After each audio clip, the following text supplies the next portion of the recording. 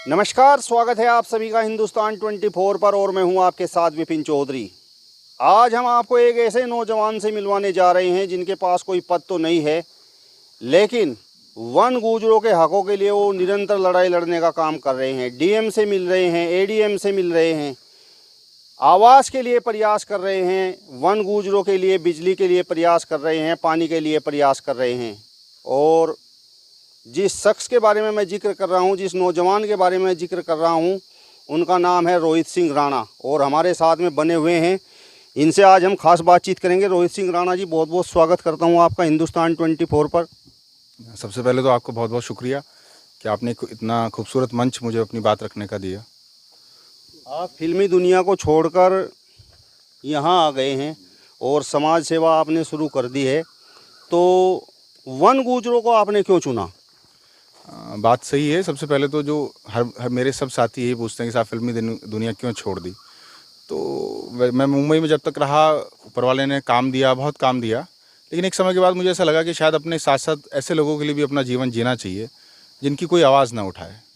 और जहाँ तक रही वन गुजरों की बात, मुझे ऐसा लगता है कि हमारा बहुत बड़ा दुर्भाग्य है कि आज के इस दौर में जहाँ लोग गाड़ी की, एसी की और बुलेट ट्रेन की और ये सब बातों की विकास की बात कर रहे हैं, लेकिन हमारे ही नज़दीक ऐसे लोग रह रहे हैं जो हर रोज़ 8-8, 10-10 किलोमीटर दूर अपने पूरे परिवार को लेके पानी के लिए जो है जाते हैं।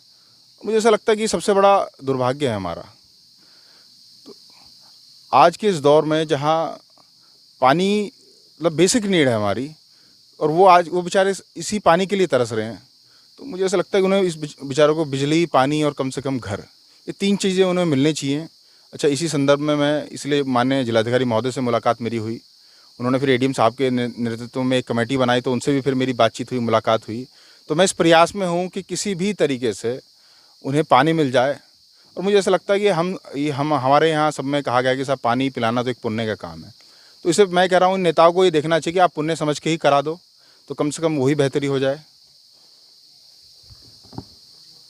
जिस तरीके से आपने कहा कि वन गुजरों की आपने बात की, तो आपके पास तो कोई पद भी नहीं है, तो उनकी आवाज़ उठाने के लिए तो यहाँ पर सांसद है, विधायक है।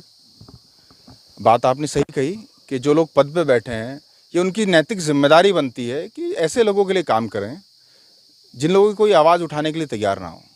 और जहाँ तक रही विधायक और इन सब की बात, अभी तो सरकार ने 5 करोड़ की निधि कर दी, बहुत निधि है ये, और मेरे ख्याल से 2.5 से 3 लाख रुपए इनकी तनख्वाह भी होगी सब लोगों की।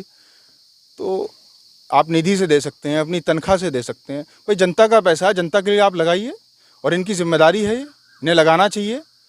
तो मुझे लगता है उन्हें ऐसा करना चाहिए। इसी भरोसे के लिए जनता इसी भरोसे पे वोट देती है कि साहब हम जिसे नेता बना रहे हैं वो हमारी जो बेसिक, जो हमारी जो व्यक्तिगत ज़रूरतें हैं, जो सामूहिक ज़रूरतें हैं, वो पूरी हों। ये इनकी जिम्मेदारी भी बनती है। और शायद इसीलिए जनता की जो सोच है वो नेताओं के प्रति इतनी अच्छी नहीं रही। तो मैं तो यही प्रयास कर रहा हूँ कि जो जनता है, नेता काम करेंगे तो जनता की भी सोच बदलेगी। तो हमें ऐसा काम करना चाहिए जिससे लोग नेताओं के बारे में अच्छा सोचें, और जिसे वोट दें वो वोट लेने वाला व्यक्ति जनता का काम करे। यानी आपने ये महसूस किया कि जो विधायक हैं और जो सांसद हैं वो वन गुजरों के लिए काम नहीं कर पा रहे, आवाज़ नहीं उठा पा रहे। देखिए, बात ऐसी है, ये वो जो वन गुजर हैं, ये बेचारे आज से नहीं आ रहे। पिछले कोई 10 साल से रह रहा है, कोई 15 साल से रह रहा है, कोई 20 साल से रह रहा है। तो जाहिर सी बात है, यहाँ विधायक पहले भी रहे होंगे और अब भी हैं। तो जब ये लोग किसी ऐसे पदों पे आ गए जहाँ आप लोगों को सुविधाएं दे सकते हैं, तो इन्हें देनी चाहिए।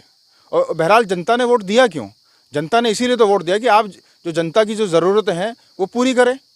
तो मेरी तो ये मांग है, जितने भी जनप्रतिनिधि हैं और जिस भी पार्टी के हैं, मेरी तो ये मांग है सबसे कि कम से कम वन गुजरों वाले जो मुद्दा है, जिसकी लड़ाई मैं भी लड़ रहा हूँ, आप इकट्ठे होकर, सब लोग इकट्ठे होकर इनके लिए कुछ सोचिए, और एक ऐसा प्लेटफॉर्म दें इन्हें जहाँ से उन्हें पानी मिल जाए। वो आज भी बेचारे कच्चे घर में रह रहे हैं, उन्हें कम से कम मकान मिल जाए। तो आपके इस मंच के माध्यम से मैं तो जितने विधायक हैं उन सबसे कहना चाहता हूँ कि साहब आपको वोट दिया है, जनता ने इसीलिए वोट दिया है ताकि आप जनता की सेवा कर सकें। तो आप राजनीति के चक्कर में ना रहें, आप इन वन गुजरों को पानी उपलब्ध करा दें, तो आपका एहसान होगा इनके ऊपर भी और हमारे ऊपर भी। आप लगातार वन गुजरों के बीच जा रहे हैं। यदि मैं बेट विधानसभा की बात करूं तो पानी और बिजली के अलावा आपने कौन सी मुख्य समस्याएं उनकी महसूस की हैं जो ज़रूरी हैं, जो सुविधाएं उन्हें मिलनी चाहिए? देखिए, मैं आपको बता रहा हूँ, सबसे बड़ी दिक्कत ये है कि जो हमारे जो वन गुज्जर हैं, और ऐसा नहीं कि कोई एक खोल में पड़े हों, ये तकरीबन 10 से 15 हज़ार के बीच में बहुत लंबी तादाद में है। और ये हमारा जो प्लेन एरिया है, ये जो उसकी मुख्य धारा है, उससे जुड़ाव इनका है नहीं। तो सबसे पहले तो इन्हें जो हमें सबको मिलकर ये प्रयास करना चाहिए कि ये हमारी मुख्य धारा से जुड़ जाएं। वो जुड़ेंगे कैसे? वो जुड़ेंगे जब उनकी बेसिक नीड पूरी होगी। सबसे पहले चाहे वो बिजली के रूप में हो, चाहे वो सड़क के रूप में हो, चाहे वो पानी के रूप में हो। तो जब तक आप इन्हें ये चीज़ें नहीं देंगे, वो हमारी मुख्य धारा से नहीं जुड़ सकते। और मैं आपसे ये कहना चाह रहा हूँ बहुत भरोसे के, ये लगभग 10 से 15 हज़ार लोग, जब तक इनका विकास नहीं होगा तो आप इस विधानसभा को विकास कभी दे नहीं सकते। एक बहुत मोटी तादाद है इनकी। इन्हें बेचारों को आप मुख्य धारा से जोड़िए। और इनकी लड़ाई, ये मैं तो कह रहा हूँ कि ये बेचारे कब से परेशान हैं। ये इतने दिन हो गए इन्हें परेशान घूमते घूमते। भाई कम से कम अब मौका मिला है, अब जब मौका मिला, जनता ने मौका दिया, तो आप जनता के लिए काम करिए। तो मैं तो यही बार बार सबसे अनुरोध कर रहा हूँ अपना, मैं जितने मेरे राजनीति के साथी हैं, मैं सबसे ये अनुरोध कर रहा हूँ कि साहब इन वन गुजरों के बारे में आप सोचिए, और कम से कम इन्हें बिजली और घर, ये 2 चीज़ें आप जो है आप जल्दी से। भाई मैं तो संघर्ष करके माननीय जिलाधिकारी महोदय से रिक्वेस्ट करूंगा, कमिश्नर साहब से करूंगा, लखनऊ जाऊंगा, तो मेरा संघर्ष ज़्यादा है। भाई आपका संघर्ष कम इसलिए कि आप तो अपनी कलम चलाएंगे और लिखेंगे कि साहब निधि से, मेरी निधि से आप एक नल का लगा दिया जाए। तो आपके लिए तो साहब ये 5 मिनट का काम है। तो आप कम से कम इस 5 मिनट के काम को 5 मिनट में करा दीजिए। इसके लिए मैं आपका व्यक्तिगत रूप से आभारी रहूँगा।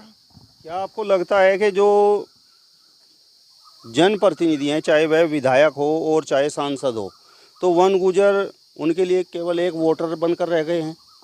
मैं कह रहा हूँ कि मेरा लगना या ना लगना तो एक अलग बात है। वन गुजरों को क्या लगता है?